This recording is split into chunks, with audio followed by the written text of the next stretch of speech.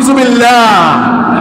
এবার নবীজি বললেন চতুর্থবারও যদি লোকটা যদি নেশা গ্রহণ করে, নেশা জাতীয় দ্রব্য গ্রহণ করে, আল্লাহ তাআলা এই ব্যক্তিগুলোকে কিয়ামতের দিন একটা খাবার, ওই খাবারের নাম হচ্ছে রদাগাতুল খবাল।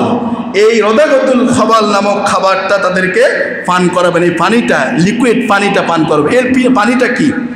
সাহাবীগণ জিজ্ঞেস করলেন, ইয়া আল্লাহর রাসূল সাল্লাল্লাহু আলাইহি সাল্লাম, কিয়ামতের দিন যে রদাগাতুল খবাল পানি পান করাবে, এটা কি খাবার? এই পানিটা কি? আল্লাহ রাসূল সাল্লাল্লাহু আলাইহি ওয়াসাল্লাম বললেন, জাহান্নামীদেরকে আগুনে তাপ দেওয়া হবে, জাহান্নামীদেরকে আগুনে পোড়ানো হবে। আগুনে পুড়বে, পুড়তে পুড়তে আগুনের তাপে জাহান্নামীদের শরীরগ্রস্তগুলো খসে খসে রসগুলো পড়বে, ফুঁস পড়বে, রক্ত পড়বে, রক্ত পড়বে।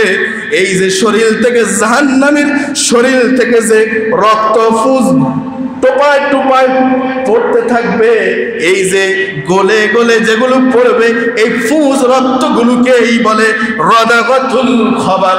এই রক্ত, এই ফুঁস জাহান্নামীর শরীর থেকে এই রক্ত ফুঁস পড়া, এই পানি, এই তরল পদার্থটাই আল্লাহ রাব্বুল আলামিন এই মাদকাসক্ত এই লোকদেরকে সেদিন খাওয়াবেন। বলি নাউযুবিল্লাহ।